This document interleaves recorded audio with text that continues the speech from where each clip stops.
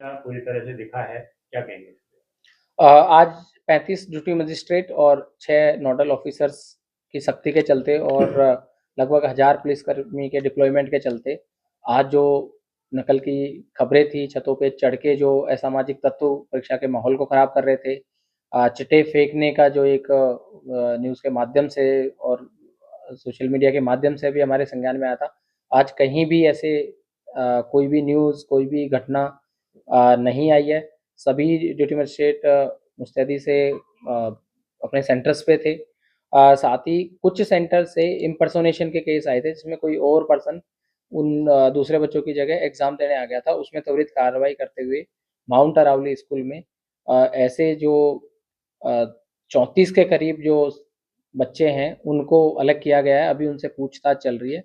पूछताछ के बाद जो दोषी लोग हैं उन पे कार्रवाई, और अगर इसमें स्कूल की या उससे ऊपर संलिप्तता किसी की भी पाई जाती है तो बोर्ड ने और सरकार ने सख्त हिदायत दी है उनके खिलाफ कार्रवाई की जाए।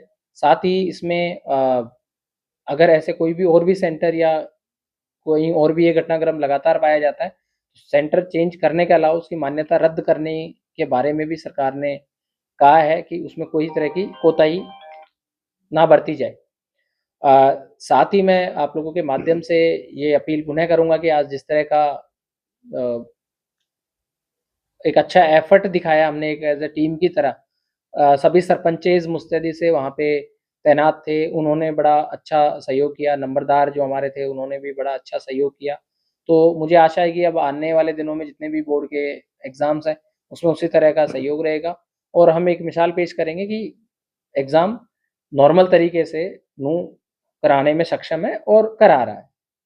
सर, माउंट अरावली स्कूल में उसमें माउंट अरावली की कंप्लेन हमने ऑलरेडी दे दी है। जैसा मैंने बताया कि उसमें चूंकि इतना बड़ा जो संख्या में है वो एक बहुत ही गंभीर विषय है, और वहाँ एक संज्ञान में आया है कि वो हरियाणा ओपन स्कूल का सेंटर था जहाँ पे ये शिकायत ज़्यादा आई थी। सिमिलरली हमारे पास फिरोजपुर नमक और छाछेड़ा, ये 2 सेंटर से भी कुछ ऐसी खबर आई थी, लेकिन अभी उसकी जो तथ्यात्मक रिपोर्ट है वो आई नहीं है।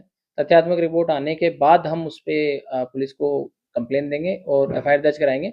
माउंट अरावली में ऑलरेडी हमने उच्च अधिकारियों को भी अवगत करा दिया गया है और मौके पे ड्यूटी मजिस्ट्रेट और एसएचओ इसकी घटनाक्रम की और जानकारी ले रहे हैं, ताकि इसमें जो तार जुड़े हुए हैं या कोई और ऐसे व्यक्ति हैं जो ऐसा बढ़ावा दे रहे हैं, इस परीक्षा की जो पवित्रता है उसको भंग कर रहे हैं, उनको भी इसमें लेके और फिर कार्रवाई की जाए और उसमें एफआईआर शाम तक दर्ज होके और हिरासत में ले लिया जाए।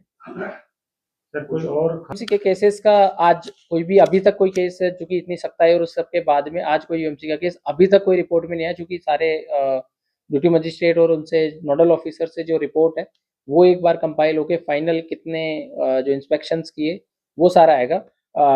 मैंने और एसपी साहब ने साथ मिलके लगभग 11 सेंटर हमने विजिट करे, जिसमें शहर के सेंटर्स थे टपकन, फिरोजपुर नमक और मांडी खेड़ा। ये सारे सेंटर हमने खुद भी विजिट किए। इसी तरह से हमारे जो एसडीएम्स थे और डिस्ट्रिक्ट म्यूनसिपल कमिश्नर है उन्होंने भी सारे सेंटर विजिट किए हैं। तो जो यूएमसी के केसेस की उसकी अभी तक कोई रिपोर्ट आई नहीं है। कोई भी ऐसी रिपोर्ट आएगी या कुछ आएगी तो वो हम आप लोगों को, मीडिया को भी हम उपलब्ध कराएंगे। साथ ही मैं आप लोगों के माध्यम से एक अपील करूंगा कि जैसा जिस तरह से आज आप लोगों ने एक दिखाया है कि हम एक फ्री एंड फेयर एग्जाम करा सकते हैं, वो आगे के जो अपने जितने भी एग्जाम है यही करें।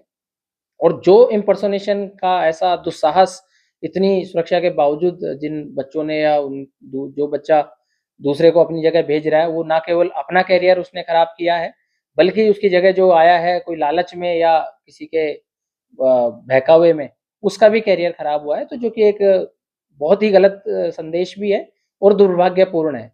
तो मैं पुनः ऐसे परिजनों से, बच्चों से और टीचर सभी से अपील करूंगा कि शॉर्टकट और वो ना अपनाएं, और जैसे जो कार्रवाई की जा रही है सख्त, वो उन पे भी कार्रवाई की जाएगी। और सेंटर सुपरवाइजर और सुपरिटेंडेंट इन्विजिलेटर अगर इन्वॉल्व पाया जाता है तो ना, सरकार ने सख्त हिदायत दी है कि ना केवल उसका निलंबन पर उसका सर्विस से डिसमिसल की कार्रवाई भी उस पर की जाएगी।